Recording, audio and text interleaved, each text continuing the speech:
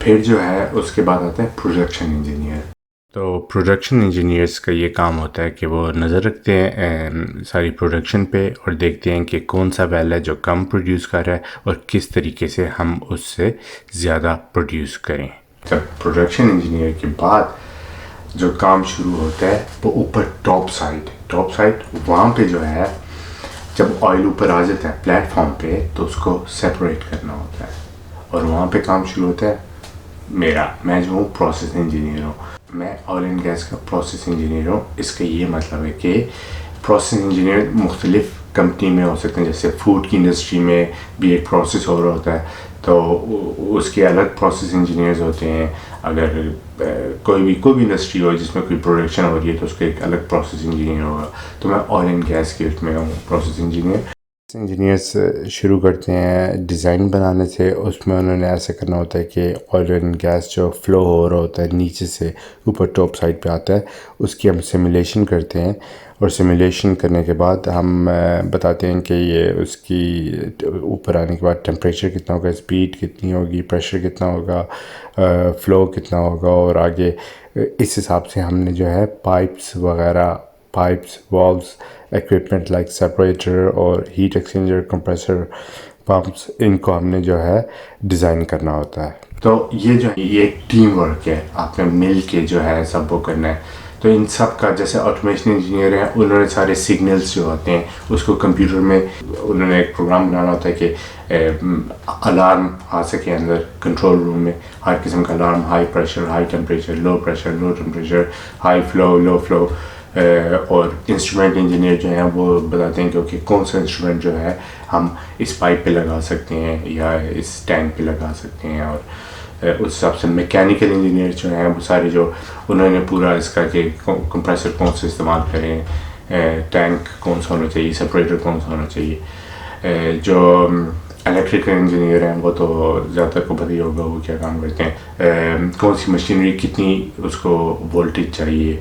اور بہت زیادہ پیٹرول ہوتا ہے, ہائی پریشر ہوتا ہے, ہائی ٹیمپریچر ہوتا ہے, آگ کا بہت خطرہ ہے. تو اس میں بہت ضروری ہے کہ آپ نے کس قسم کا ایکوپمنٹ آپ استعمال کر سکتے ہیں, ای ایکس ہے یا نہیں, یعنی ایکسپلوژن سیف ہے یا نہیں, اور باقی اور بہت سی چیزیں. تو وہ الیکٹرک انجینئر کا کام ہے. باقی پائپنگ انجینئر جو ہیں وہ سارے جو ہیں 3D ماڈل بناتے ہیں, پائپ کہاں سے کہاں جائے. اسٹرکچر انجینئر جو ہوتے ہیں وہ سارا اسٹرکچر کو دیکھتے ہیں کہ یعنی پلیٹ فارم اگر ہے تو اس کا اسٹرکچر وہ اس کے پاؤں جو ہیں سمندر کے نیچے سی بیڈ تک گئے ہوتے ہیں. تو وہ کتنا یعنی اس پہ اگر ہم نے کوئی وزن رکھنا ہے تو کتنا برداشت کر سکتے ہیں, اور کوئی وزن یعنی بیلنس ہو پورے پلیٹ فارم پہ. ابھی آپ خود سوچیں کہ آپ کو کس میں زیادہ انٹرسٹ ہے. اگر آپ کو کمپیوٹر پروگرامنگ میں زیادہ انٹرسٹ ہے تو آٹومیشن انجینئرنگ بہت اچھا ہے. اگر آپ کو الیکٹریکل سرکٹس بنانے اور اس میں دلچسپی ہے تو آپ الیکٹریکل انجینئر بن جائیں. پروسیس اگر آپ کو کیمسٹری میں شوق ہے اور میتھس میں شوق ہے تو آپ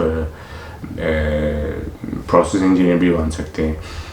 اور پلس اور بھی آئی او سی انجینئر یعنی انکریز آئل ریکوری, کیونکہ اس میں بہت آج کل نئی ٹیکنالوجی میں نئے کیمیکلز وہ بنانے کی کوشش کرتے ہیں جیسے کہ آئل کی یعنی یا ڈینسٹی کم ہو اور فلو یعنی زیادہ ہو. تو آپ کی جس چیز میں انٹرسٹ ہے آپ وہ اپنی فیلڈ چوز کریں.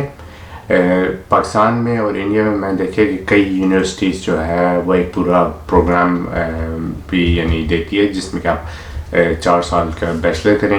اس کو انہوں نے پیٹرولیم انجینئرنگ کا نام دیا ہوا ہے. میں پرسنلی آپ لوگوں کو وہ اتنا زیادہ ریکمینڈ نہیں کروں گا کیونکہ آپ بے شک یعنی یہ آپ کی اپنی مرضی ہے اور آپ خود دیکھیں, لیکن میری یہ رائے ہے دیکھیں کبھی بھی وہ ایک ایسی ایجوکیشن مت لیں جو کہ صرف ایک ہی فیلڈ میں آپ کام کر سکیں.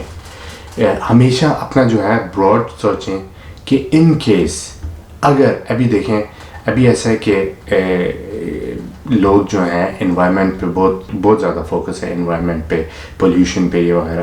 ہو سکتا ہے بعد میں جو ہے پیٹرولیم جو ہے اس کا اتنا اسکوپ نہ رہے جب آپ کی اسٹڈی ختم ہو اور زیادہ اسکوپ ہو رینیویبل انرجی پہ اور چیزوں پہ.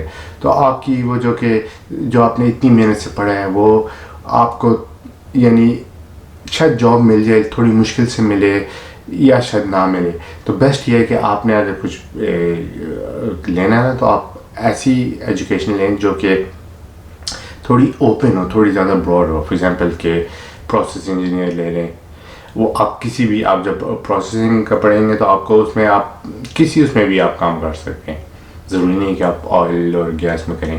وہ الگ بات ہے آپ جب ماسٹرس لیول پہ پہنچے ہیں اس میں تو آپ تب دیکھ سکتے ہیں کہ میں اسپیشلائزیشن کس میں کروں, وہ آپ کی اپنی مرضی ہے. لیکن شروع میں آپ جو ہیں بیسک بہت سا وہ کریں گے. پھر جو ہے آپ مثلاً اسی طریقے سے آپ اگر آٹومیشن انجینئر بنیں تو آٹومیشن انجینئر بنیں آپ کہیں کسی کمپنی میں بھی کام کر سکتے ہیں. گاڑیوں کی کمپنی میں کر لیں, آپ کسی رینیویبل انرجی کی کمپنی میں کر لیں, کسی میں اگر پیٹرولیم کا اسکوپ بعد میں نہ رہے تو اسی لیے جو ہے میں آپ کو ریکمینڈ یہ کروں گا کہ آپ ایک اسپیشل یعنی ایسے پیٹرولیم انجینئر کا نہ سوچیں گے. پیٹرولیم انجینئر ٹھیک ہے, بالکل صحیح ہے, جب آپ اسٹڈی شروع کر رہے ہیں تو ابھی پیٹرولیم کی جابیں بہت زیادہ ہے, آپ کو ہر جگہ اسکوپ ہے یہ وہ, اور بعد میں آپ کو کچھ نہیں پتا کیا ہو 4 5 6 سالوں کے بعد. سو آپ یہ دیکھیں کہ کمپٹیشن ٹف ہو سکتا ہے, تو اپنا جو ہے اگر آپ نے وہ کرنا ہے کہ آپ کو زیادہ اپرچونیٹیز یعنی آپ کے لیے ہوں. باقی میں ایک بہت اسپیشل ٹپ آپ لوگوں کو دینا چاہتا ہوں, خاص کر جو پاکستان اور انڈیا میں, جس سے کہ آپ کو جاب کا بہت زیادہ چانس ہوگا ایبراڈ بھی, ناروے یورپ میں بہت زیادہ ہوگا, امریکہ وغیرہ, ساتھ ہی آہستہ آہستہ فیوچر میں پاکستان انڈیا میں بھی, ابھی بھی ہو سکتا ہے ہو لیکن فیوچر میں, اور وہ ہے ٹیکنیکل سیفٹی انجینئر.